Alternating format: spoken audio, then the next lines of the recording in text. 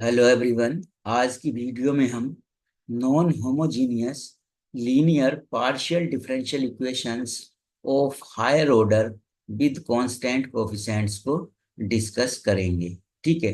तो आज की वीडियो में सबसे पहले तो हम ये समझेंगे कि non homogeneous linear partial differential equations क्या होती हैं और उनको हम कैसे सोल्व करते हैं। ठीक है। तो चलिए चलते हैं non homogeneous linear partial differential equations with constant coefficient of higher order पर। ठीक है। तो the linear partial differential equation which is not homogeneous are called a non-homogeneous linear partial differential equation। ठीक है।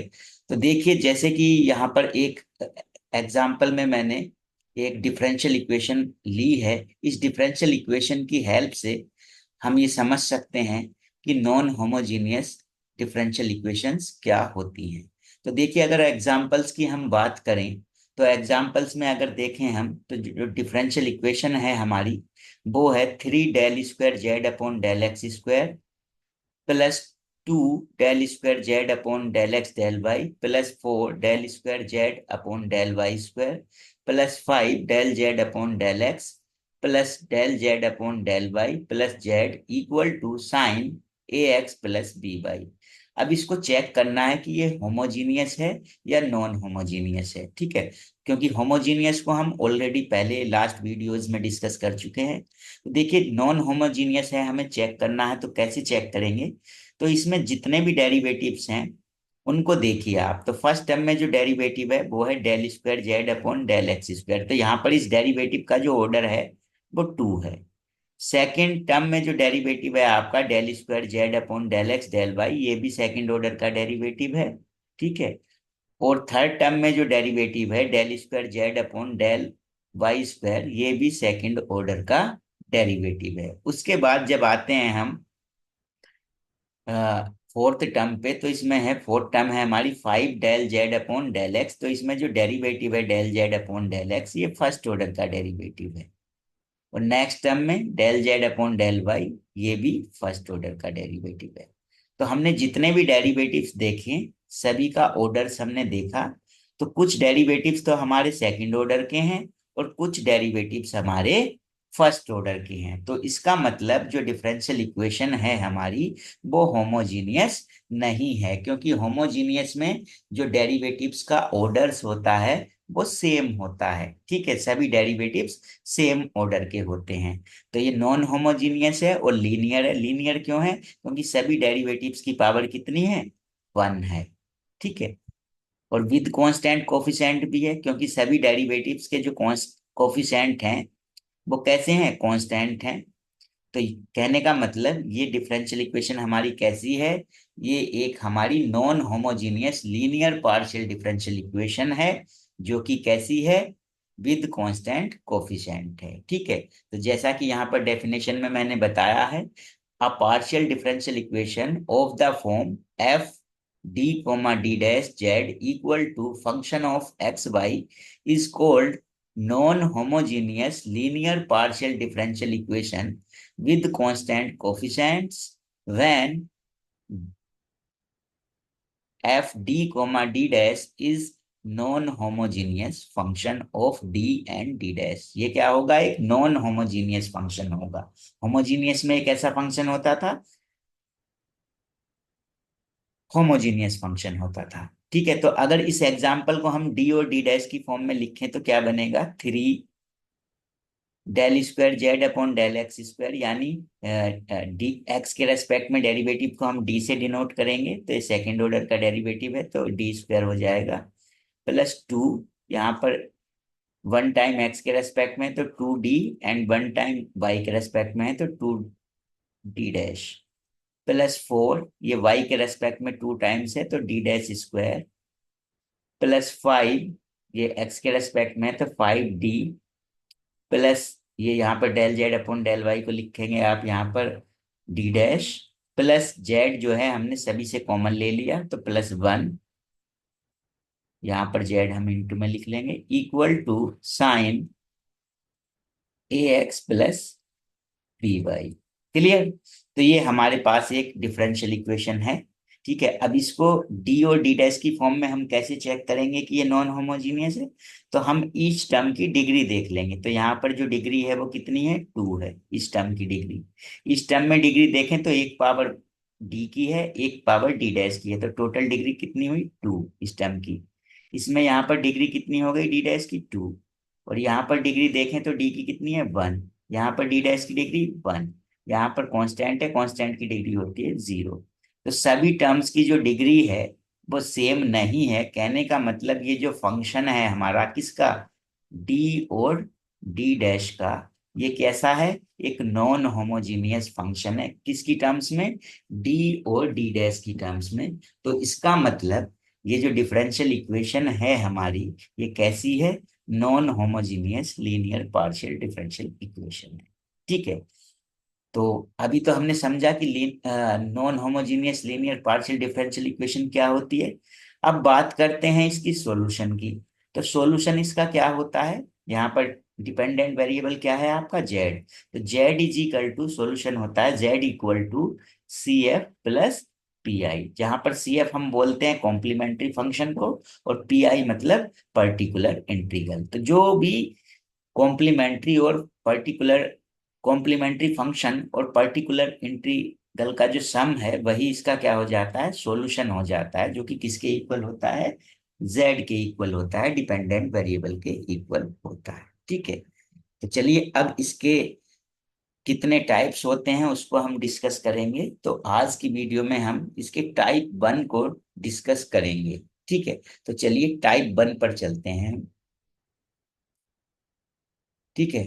तो टाइप 1 क्या होता है हमारा? टाइप 1 होता है हमारा F D comma D dash equal to 0। इसको बोलते हैं हम टाइप 1। ठीक है।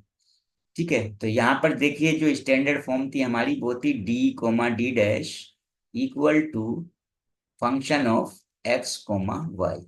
तो अगर इस function of X comma Y की वैल्यू क्या होती है? 0 होती है, तो इसको बोलते हैं हम टाइप फर्स्ट। किसके लिए टाइप फर्स्ट बोलते हैं?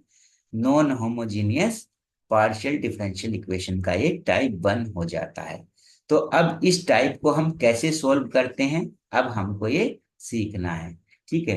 तो टाइप 1 का जो सॉल्यूशन होता है हमारा, ठीक है, टाइप 1 मतलब जो भी डिफरेंशियल इक्वेशन हमारी इस टाइप में होगी, F D comma D dash into Z equal to 0 की फॉर्म में होगी, तो इस टाइप का जो सॉल्यूशन होगा हमारा वो होता है Z equal to C F. यानी जो कॉम्प्लीमेंट्री फंक्शन होता है वही सॉल्यूशन हो जाता है इस पार्शियल डिफरेंशियल इक्वेशन का। तो कहने का मतलब अब हमें ये सीखना है कि हम complementary functions non homogeneous linear partial differential equations के लिए कैसे फाइंड करते हैं। तो ठीक है, चलते हैं rules for finding complementary function. ठीक है। देखिए इसके रूल्स को स्टडी करते हैं। तो फर्स्ट रूल होगा हमारा rule number 1, if D comma D dash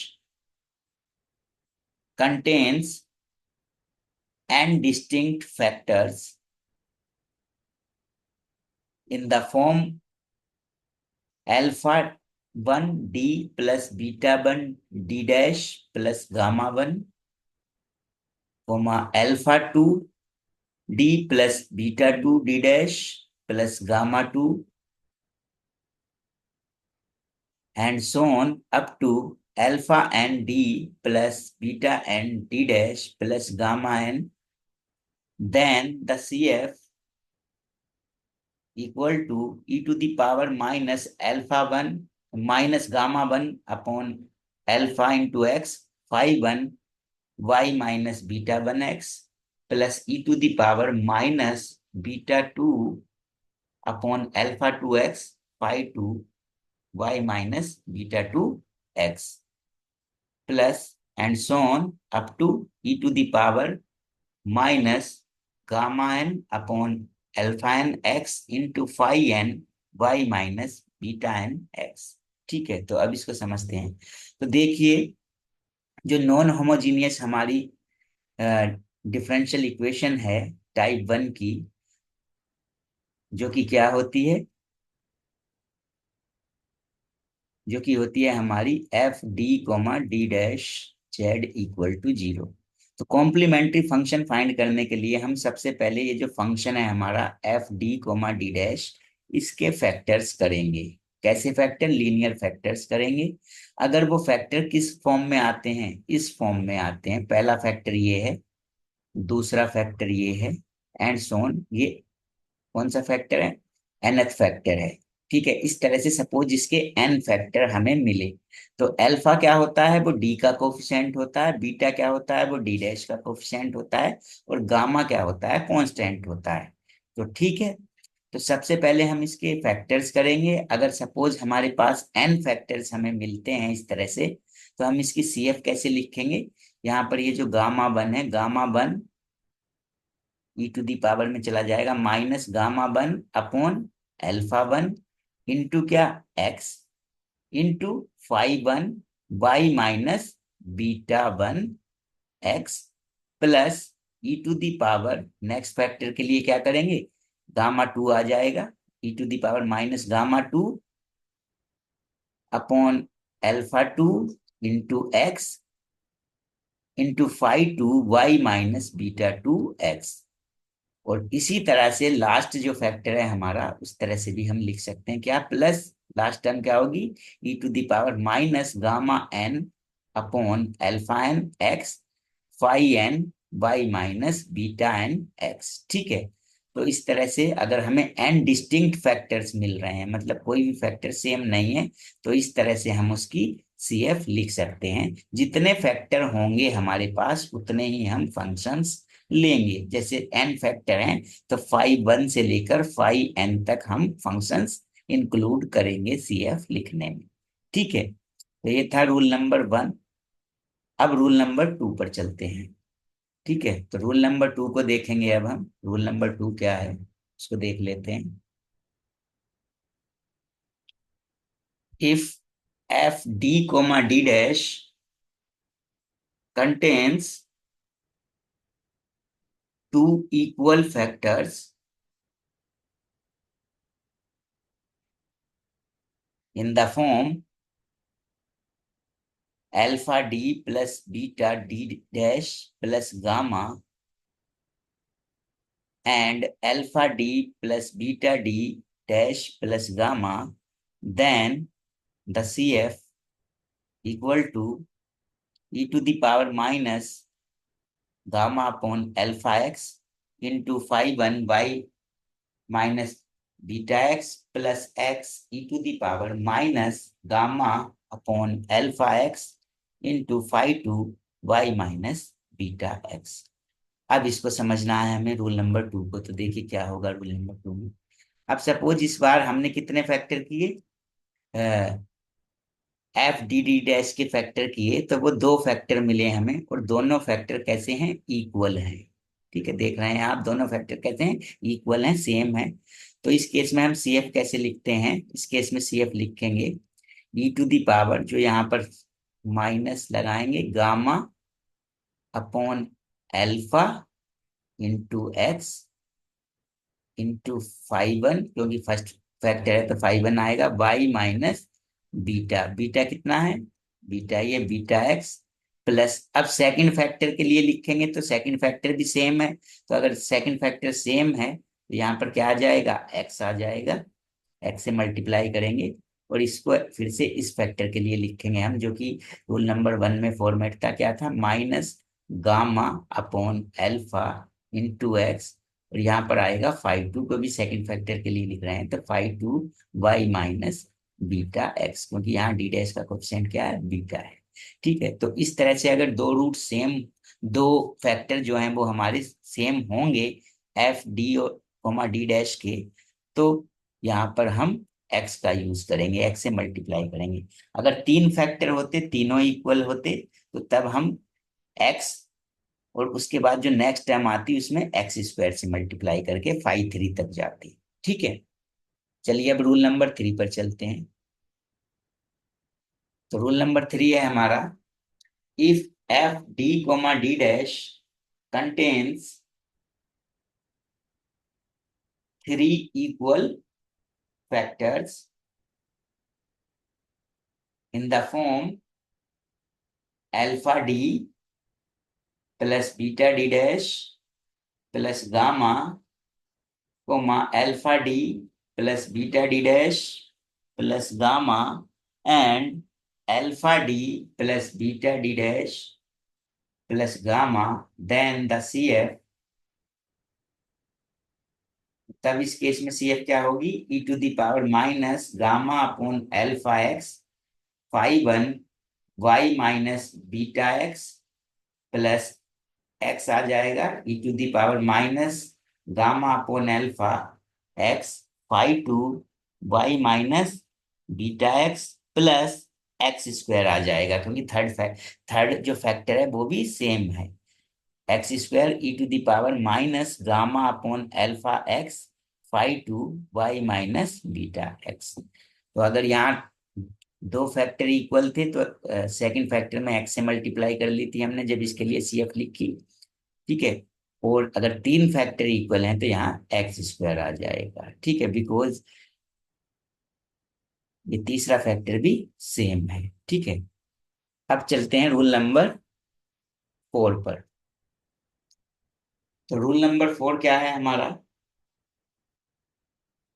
if in a factor alpha D plus beta D dash plus gamma alpha equal to 0 and gamma equal to 0, then the CF, yeah, then the part of CF is phi 1x। अब बात को समझ लीजिए आप, question ये rule number 4 क्या है, देखिए हमारे पास जो फैक्टर आते हैं वो इस फॉर्मेट में आते हैं, alpha D plus beta D dash plus gamma. तो अगर कहीं अल्फा और गामा दोनों ही जीरो हो जाएं, तो अगर दोनों जीरो हो जाएं और हम इस फॉर्मेट से लिखें फिर तो ये 0/0 इंडिटरमिनेट फॉर्म बन जाएगी। तो इस केस में हम क्या करते हैं, अल्फा जीरो है गामा जीरो है, कहने का मतलब ना तो ये टर्म होगी ना ये टर्म होगी, केवल डी डैश की टर्म होगी, क्लियर। तो इस केस में जो CF लिखेंगे हम इस फैक्टर के लिए वो क्या लिखेंगे, फाई 1x लिखेंगे, क्लियर है। तो ये था हमारा रूल नंबर 4। अब रूल नंबर 5 पर हम चलते हैं। रूल नंबर 5 क्या है उसको देखते हैं, if in two factors alpha 1d plus beta 1d dash plus gamma 1 and alpha 2d plus beta 2d dash plus gamma 2, alpha 1 equal to 0, gamma 1 equal to 0, alpha 2 equal to 0, gamma 2 equal to 0, अगर ये सभी 0 हैं, then the part of CF is phi 1x plus X phi 2x, ठीक है। अब देखिए होगा क्या, कि अगर हमारे पास दो फैक्टर हैं, इस बार एक फैक्टर तो ये है और एक फैक्टर ये है हमारा, और दोनों ही फैक्टर में अल्फा 1 गामा 1 अल्फा 2 और गामा 2 दोनों ही ये चारों वैल्यूज क्या है हमारी, 0 हैं, यानी ना तो ये टर्म होगी ना ये टर्म होगी ना ये टर्म होगी ये टर्म होगी, यानी दोनों ही जो फैक्टर मिलेंगे उनमें क्या होगा, डी डैश होगा। तो तब इस केस में जो हम CF लिखेंगे वो क्या लिखेंगे, फाई 1x, क्योंकि अगर एक फैक्टर था इस टाइप का तो उसके लिए फाई 1x लिखते हैं, प्लस अगर दूसरे फैक्टर में भी सेम ऐसा ही मिल रहा है हमें कि गामा 2 भी 0 मिल रहा है और अल्फा 2 भी, तो यहाँ पर x से मल्टीप्लाई करके हम फाई 2x लिख देंगे, तो ये उस केस में हमारी CF हो जाएगी, ठीक है। अब रूल नंबर 6 पर चलेंगे, ठीक है। तो देखिए non homogeneous partial differential equations की CF फाइंड करने के लिए आपको फैक्टर करने होते हैं, लीनियर फैक्टर करने होते हैं, लेकिन कभी कभी कुछ केसेस में ऐसा भी हो सकता है कि हमें लीनियर फैक्टर ना मिले, मतलब जो F D comma D dash है उसके फैक्टर ना हो पाए, तो तब उस केस में हम सी एफ कैसे लिखेंगे, ये रूल नंबर 6 में हम समझेंगे। ठीक है, तो चलिए रूल नंबर 6 पर, if the linear factors are not possible, ठीक है, अगर लीनियर फैक्टर पॉसिबल नहीं है किसके, function of D comma D dash के, then the C F equal to summation A E to the power H x plus के Y. तो वहां पर हम जो सी एफ लिखते हैं वो क्या लिखते हैं, summation A E to the power H x plus के वाई। और यहाँ पर समेशन क्या में आप चाहे तो ये भी लिख सकते हैं कि ये समेशन कहाँ तक जाएगा, आपका 1 से इनफाइनाइट तक जाएगा, वेयर एच कोमा के, फंक्शन ऑफ एच कोमा के इक्वल टू 0। क्लियर। तो अगर फैक्टर नहीं होते हैं तो आपकी जो सी एफ हो जाएगी वो कितनी हो जाएगी, summation A E to the power H x plus के वाई। और जहां पर एच और के में क्या रिलेशन होगा, वो होगा फंक्शन ऑफ एच कोमा के इक्वल टू 0 होगा। ठीक है, तो अभी जो रूल्स हैं आपको कुछ कुछ समझ में आए होंगे। अब हम इन रूल्स पर एक एक प्रॉब्लम लेंगे और उसको डिस्कस करेंगे, तो सारे के सारे रूल्स जो हैं वो आपके क्लियर हो जाएंगे। ठीक है, तो ये रूल्स सी एफ फाइंड करने के रूल्स हैं। अब इन पर हम कुछ प्रॉब्लम्स लेंगे जिससे कि ये रूल्स आपको अच्छी तरह से क्लियर हो जाए। ठीक है, चलते हैं। Solution of non homogeneous linear partial differential equation of higher order with constant coefficients, जो कि आज का हमारा टॉपिक है। और इसमें हम किसको डिस्कस कर रहे हैं, फर्स्ट टाइप को डिस्कस कर रहे हैं। ठीक है, फर्स्ट टाइप क्या होता है, function D comma D dash Z equal to 0। ठीक है, अब इस पर हम इसकी कुछ प्रॉब्लम्स ले लेते हैं। ठीक है, तो the solution of differential equation of the type F D comma D dash Z equal to 0 is C F. तो इस केस में जो आपका सॉल्यूशन होता है टाइप 1 में, वो क्या होता है, सी एफ होता है केवल। ठीक है, पी आई इसमें 0 होता है। ठीक है, तो कहने का मतलब इस टाइप की इक्वेशंस को सोल्व करने के लिए केवल आपको सी एफ फाइंड करनी होगी। ठीक है, तो चलिए अब इस पर कुछ प्रॉब्लम्स ले लेते हैं। तो क्वेश्चन नंबर 1 पर चलते हैं। Solve the partial differential equation d plus D dash minus 2 into D plus 4 D dash minus 3 Z equal to 0। तो अब सबसे पहले तो हमें चेक करना होता है कि जो गिवन डिफरेंशियल इक्वेशन है हमारी, वो होमोजीनियस है या नॉन होमोजीनियस है। तो देखें आप यहाँ पर, तो यहाँ पर डिग्री 1 है, यहाँ पर भी डिग्री 1 है, यहाँ पर है कांस्टेंट, तो इसकी डिग्री है 0। तो कहने का मतलब ईच टर्म में डिग्री सेम नहीं है। तो कहने का मतलब जो डिफरेंशियल इक्वेशन आपको गिवन है वो कैसी है, नॉन होमोजीनियस डिफरेंशियल इक्वेशन है। अब इसको सोल्व कैसे करेंगे, तो सबसे पहले तो इसे पहचानना होगा कि ये किस टाइप की इक्वेशन है। तो ये अगर हम देखें तो एक किस टाइप की इक्वेशन है, टाइप 1 की इक्वेशन है। तो इसको अब हम सोल्व करेंगे। टाइप 1 क्यों है, क्योंकि राइट हैंड साइड में ये क्या है, 0 है। यानी ये किस फॉर्म की इक्वेशन है, F D comma D dash Z equal to 0 की। ठीक है, तो चलिए इसको सोल्व करने के लिए सबसे पहले हमें क्या करना होता है, जो फंक्शन होता है हमारा डी और डी डैश का, इसके हम लीनियर फैक्टर करते हैं। ठीक है, देखिए, तो लीनियर फैक्टर जब हम करेंगे डी और डी डैश का जो फंक्शन होता है, तो लीनियर फैक्टर यहाँ पर ऑलरेडी गिवन है। क्या गिवन है, दो फैक्टर ऑलरेडी गिवन है। पहला फैक्टर दे रखा है D plus D dash minus 2, और दूसरा फैक्टर है D plus 4 D dash minus 3। ठीक है, अब इसकी कंपेयर हम करते हैं, जो हम स्टैंडर्ड फैक्टर्स लेते हैं उनसे। क्या होते हैं हमारे वो factor, alpha 1 D plus beta 1 D dash plus gamma 1 into alpha 2 D plus beta 2 D dash plus gamma 2। तो अगर इन दोनों फैक्टर की कंपेयर हम इन दोनों फैक्टर से करें तो हमें क्या वैल्यूज मिलेगी।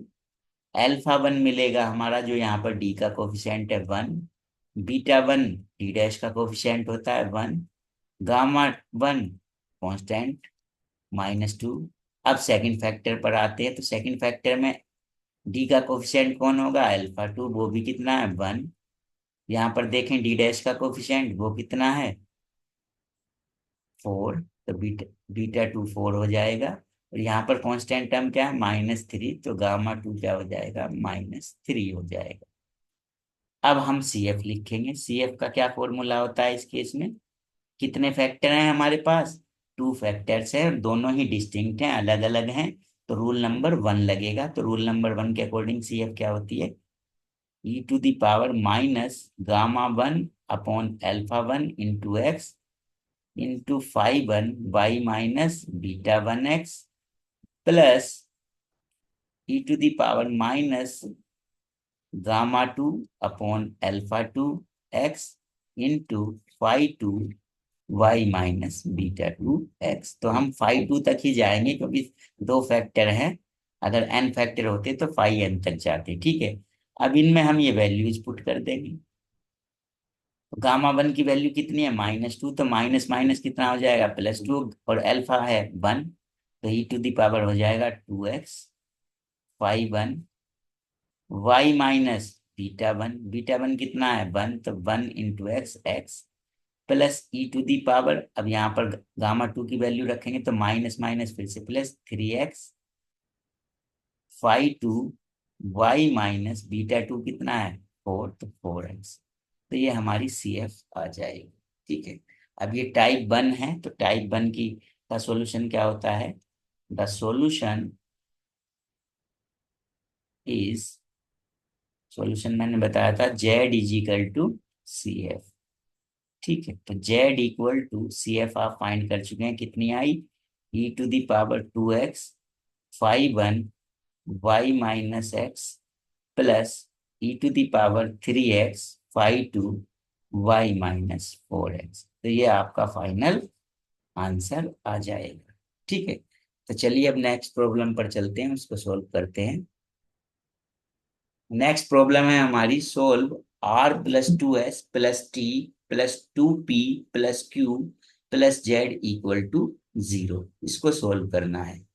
तो यहाँ पर जो डिफरेंशियल इक्वेशन हमें गिवन है वो P Q R S T की फॉर्म में है। तो सबसे पहले तो हम इसे डी और डी डैश की फॉर्म में लिखेंगे। तो देखिए आर का मतलब मैंने क्या बताया था, आर होता है आपका del square Z upon del X square +2, S का मतलब बताया था del square Z upon del X del Y होता है, प्लस टी क्या होता है del square Z upon del Y square plus P क्या होता है आपका del Z upon del X +2q, Q क्या होता है del Z upon del Y plus Z =0। अब देखने से ही पता चल रहा है कि इक्वेशन जो है वो आपकी नॉन होमोजीनियस है। क्यों, क्योंकि डेरिवेटिव्स का जो ऑर्डर है वो सेम नहीं है, कुछ डेरिवेटिव सेकंड ऑर्डर के हैं और कुछ डेरिवेटिव फर्स्ट ऑर्डर के हैं। तो अब इसको डी और डी डैश की फॉर्म में लिख लेते हैं। तो वो क्या हो जाएगा, d² +2d plus D dash square +2d +2d+1 ये क्योंकि जेड सबसे कॉमन ले लिया हमने =0। तो ये भी कौन सी टाइप की इक्वेशन है, टाइप फर्स्ट है ये, नॉन होमोजीनियस के लिए। अब इसको सोल्व करना है तो सबसे पहले तो हमें जो ये फंक्शन होता है डी और डी डैश का, इसके फैक्टर करने होते हैं सी एफ फाइंड करने के लिए, ठीक है। तो लिख सकते हैं आप कैलकुलेशन और सी एफ, यानी सी एफ के लिए कैलकुलेशन करेंगे मतलब इसके फैक्टर करेंगे।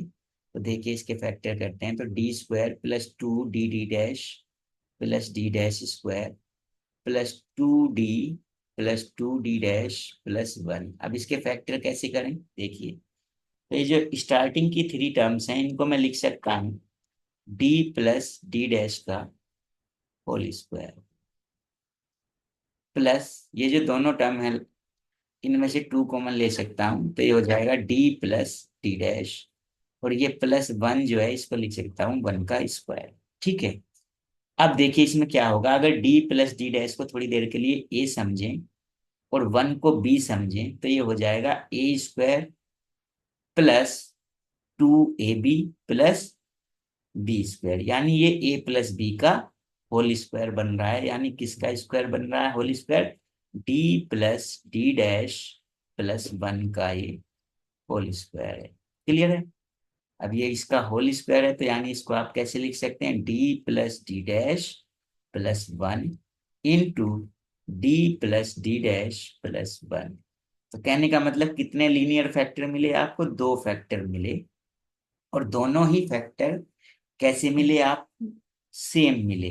यानी रूल नंबर 2 यहाँ पर अप्लाई होने वाला है, जब दोनों फैक्टर आपके कैसे मिलते हैं? सेम मिलते हैं।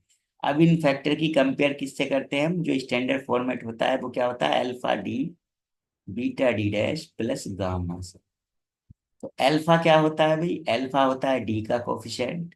डी का कोफिशिएंट है 1। बीटा कितना होता है? डी डैश का कोफिशिएंट, वो भी 1 है। और गामा क्या होता है? 1। दोनों ही फैक्टर में वो सेम रहेगा, अल्फा बीटा गामा, तो इसलिए मैंने एक बार ही अल्फा बीटा गामा यहाँ पर लिख लिया है। अब लिखेंगे हम सी एफ। तो the C F is, C F क्या होती है? पहले फॉर्मूला लिख सकते हैं, e⁻ minus gamma upon alpha x φ1 y - β x, rule number 2 के अकॉर्डिंग। प्लस दूसरा रूट सेम है तो यहाँ x से मल्टीप्लाई करते हैं, दूसरा फैक्टर सेम है तो यहाँ x से मल्टीप्लाई करते हैं, तो x into e⁻ minus gamma upon alpha x φ2 y - β x as it is रहेगा। बस φ1 और φ2 चेंज हो जाएंगे, क्योंकि फर्स्ट फैक्टर के लिए φ1 और φ2 सेकंड फैक्टर के लिए। मतलब ये इंडिकेट कर रहा है कि हमारे पास फैक्टर कितने हैं? 2 फैक्टर हैं। तो अब इसकी वैल्यू पुट कर दीजिए। तो यहाँ गामा की वैल्यू कितनी है? 1। और अल्फा की 1, तो e⁻ - x हो जाएगा। φ1 बीटा की वैल्यू कितनी है? 1, तो y - x प्लस एक्स, ये हो जाएगा e⁻गामा, और अल्फा की वैल्यू पुट करेंगे तो x, और φ2 y - x। ठीक है। अब लिखेंगे आप solution. The solution is, solution क्या होता है? Z = CF, यानी Z = CF क्या है? ये आपकी e⁻ -x φ1 y - x plus x e⁻ -x φ2 y - βx। यहाँ पर बीटा की वैल्यू नहीं पुट करी थी हमने, वो कितनी थी? 1। तो यहाँ पर भी y - x रहेगा। ठीक है। तो ये आपका फाइनल सॉल्यूशन हो जाएगा। ठीक है। चलिए नेक्स्ट प्रॉब्लम पर चलते हैं। नेक्स्ट प्रॉब्लम भी हमारी TSQ की फॉर्म में है। तो सबसे पहले तो हम इसे डी और डी डैश की फॉर्म में लेकर आएंगे। देखिए नेक्स्ट प्रॉब्लम को भी डी और डी डैश की फॉर्म में लाएंगे तो क्या करेंगे?